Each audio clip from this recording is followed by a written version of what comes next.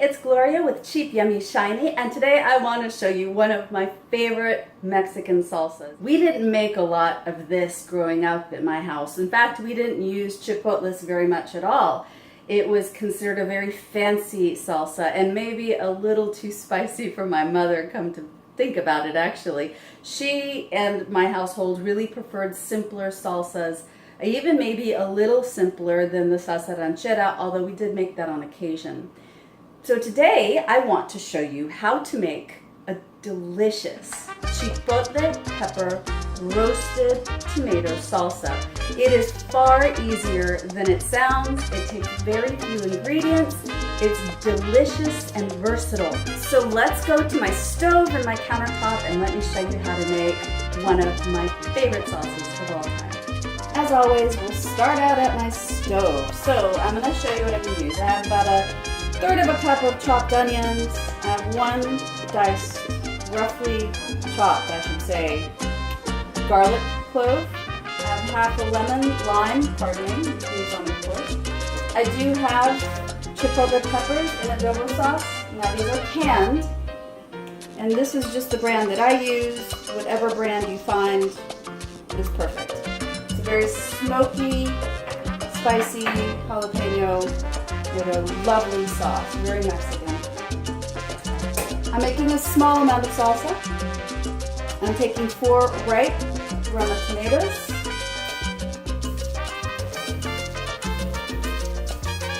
And roasting them on my comal, just like I did the salsa ranchera. You don't have to take this step if you don't want. I just happen to really enjoy the flavor of a roasted tomato. Watch them dance. Dance, my pretties. Dance.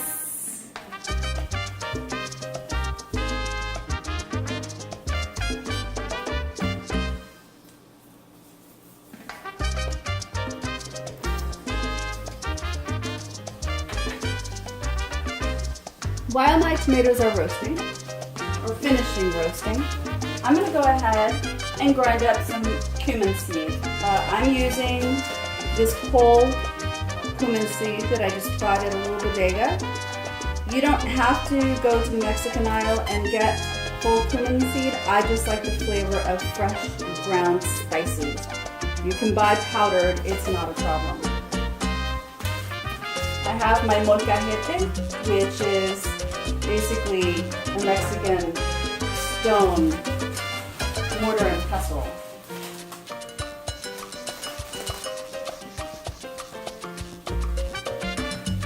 I'm going to take about a teaspoonish amount.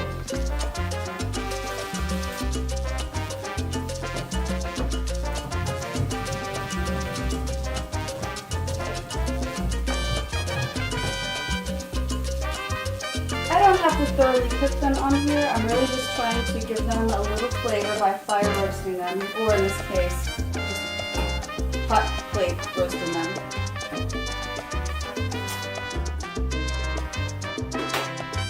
I've had my pan heating on the back burner, and you can see, by the way, sometimes roasting tomatoes can get a little messy, so plan for some splash there. I'm going to cook with coconut oil because I like coconut oil. I'm used to the flavor. I don't taste it in a lot of my foods any longer because I've been using it for so many years. It works a lot better than olive oil for high temperature cooking. You can use olive oil, you can use canola oil, whatever you want. I'm just going to grab about a tablespoon of oil. I have it on medium-low heat.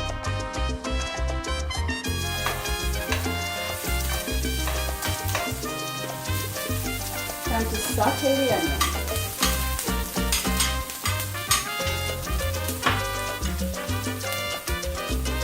Salt and pepper. This is my fresh ground sea salt, fresh ground black pepper. I want to make my salsa a little bit spicy. So I have 4 Roma tomatoes here. I'm going to use 2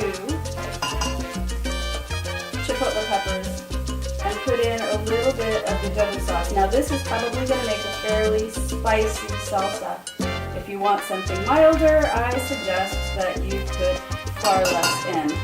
You know, start out with 1/2 and then go from there and taste it. See how you like it. Alright, I like my onion just a little bit toasty. I'm putting in, this is on low, I've turned this low because I put garlic in. I'm going to go ahead and grind up, I've gotten Chipotle pepper sauce all over me, but I'm going to go ahead and grind up the tomatoes and the Chipotle pepper.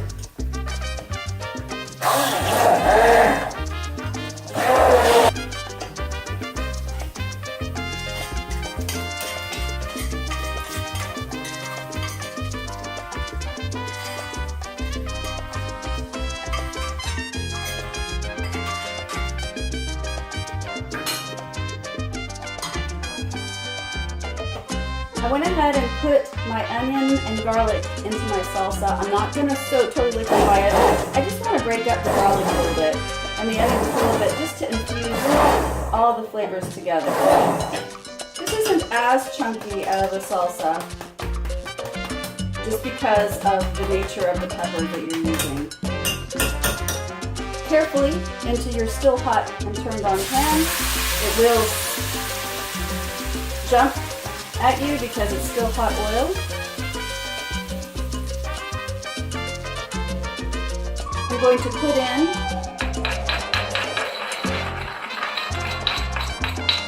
my cumin seed, a little more salt and pepper.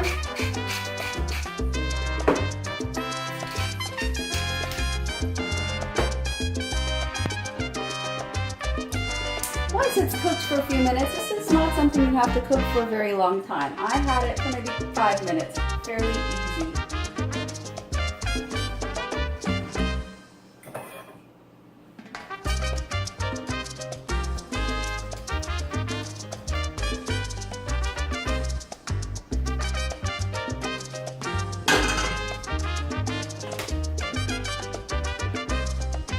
Now, after tasting this, I decided it was fairly tart, so I didn't need a lot of lime.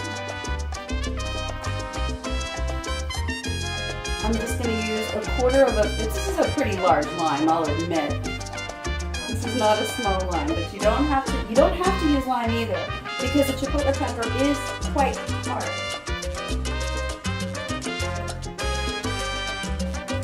Stir it in, make a mess like me.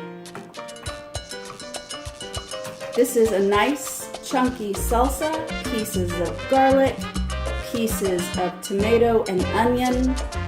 Just a little surprise with each bite. It's very delicious. This is a lovely tart salsa that's perfect for just about any dish. This will go with just chips and salsa. This will go with tacos. This will go beautifully with meat. It'll go with chicken, it'll go with pork chops and things like that. And you know what'll go very nicely with is fish, because it is such a tart salsa, especially if you use the lime in it. It'll work beautifully with a nice white fish. You should try it sometime. I think that you would enjoy it. This is a very versatile and beautiful Mexican Chipotle pepper salsa. So that's how you make a Chipotle pepper salsa. Very simple, similar, of course, to the salsa ranchera. It's just the techniques are similar, the ingredients are similar. The biggest difference is I'm putting cumin seed in this, as well as the Chipotle peppers. This tastes completely different than the salsa ranchera. Between the cumin seed and the Chipotle peppers, it has such a beautiful smoky flavor.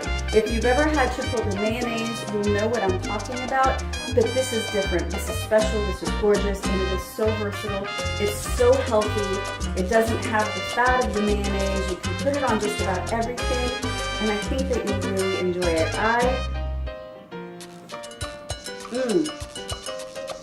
I could just eat it on its own. And, woo, I made it spicy. All right, thank you so much. Please join me here again in Scrumptious Sundays for Cheap, Yummy, Shiny, where I show you how to cook simple, delicious food from my backgrounds and soon from yours.